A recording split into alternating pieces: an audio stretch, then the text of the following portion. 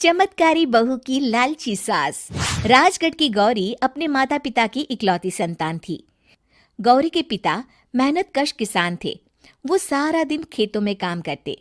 गौरी अपनी माँ का किचन में हाथ बटाती।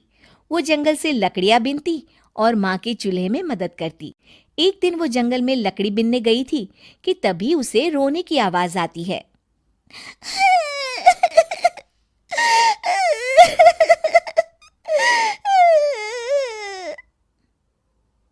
अरे, यहाँ कौन रो रहा है?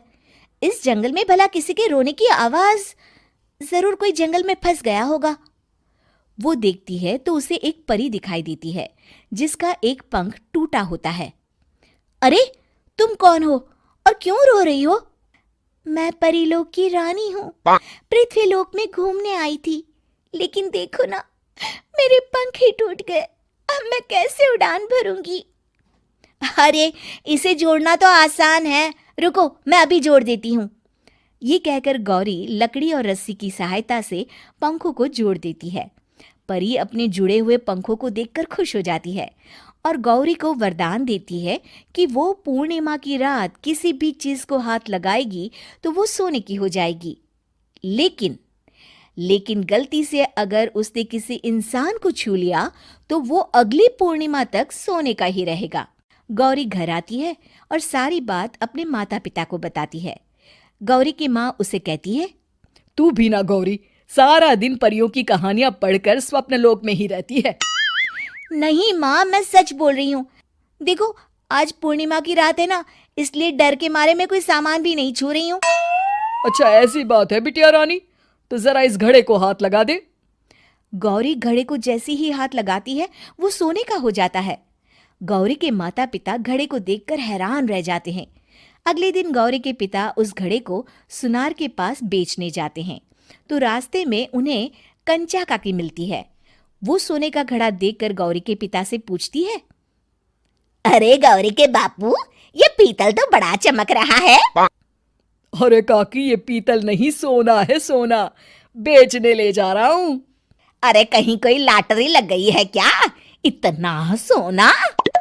गौरी के पिता काकी को गौरी को परी द्वारा दिए वरदान के बारे में बताते हैं। काकी गौरी के पिता की बात सुनकर सोच में पड़ जाती है और फिर अगले दिन काकी गौरी के घर आती हैं। गौरी के बापू, तुम्हारे लिए मैं एक खुशखबरी लाई हूँ। तभी गौरी की माँ पूछती है, क्या खुशखबरी है काकी? अरे, तुम्हारी बेटी का रिश्ता मैं अपने बेटे से करना चाहती हूँ। अरे, कब तक अपनी सयानी लड़की को घर पर बिठा कर रखोगी? हाँ, देखो काकी, मैं ऐसे ही व्यक्ति से अपनी बेटी की शादी कराऊंगा जो गौरी के वरदान से नहीं, उसके गुणों को समझे। अरे, हमें तो गौरी के गुण अच्छे लगे, इसीलिए तो आ गई हूँ मैं। फिर गौरी के माँ बाप मान जाते हैं और उसकी शादी काकी के बेटे से हो जाती है। अगले दिन, अरे गौरी, कल पूर्णिमा की रात है। तुम्हारे पिताजी परी के वरदान के बारे में बता रहे थे, तो मैं ना कुछ चीजें रख दूंगी, जरा हाथ लगा देना। तभी गौरी का पति वहां आ जाता है और अपनी माँ से कहता है, माँ, क्या जरूरत है गौरी के वरदान को इस्तेमाल करने की? वैसे भी मेरी मेहनत से घर तो चल ही रहा है ना। और गौरी के पिता ने भी यही कहा था कि वो ऐसे ही व्यक्ति से उनकी बेटी की शादी करेंगे जो गौरी के वरदान से नहीं, उसके गुणों को समझे। अरे बस कर किताबी बातें। तेरे लिए क्या लड़कियों की कमी थी जो मैं ये किसान की बेटी घर ले आती? और सुन गौरी, कल अगर तूने सारी चीजों को सोने का नहीं किया तो मैं तुझे घर से निकाल दूंगी और अपने बेटे की दूसरी शादी करवा दूंगी, समझी? इस कहानी में इतना कहकर गौरी की सास वहां से चली जाती है। अगली पूर्णिमा की रात गौरी की सास गौरी के सामने ढेर सारे बर्तन रख देती है और कहती है, जल्दी कर गौरी, रात खत्म हो जाएगी। जल्दी जल्दी इन सारे बर्तनों को हाथ लगाकर सोने का कर दे।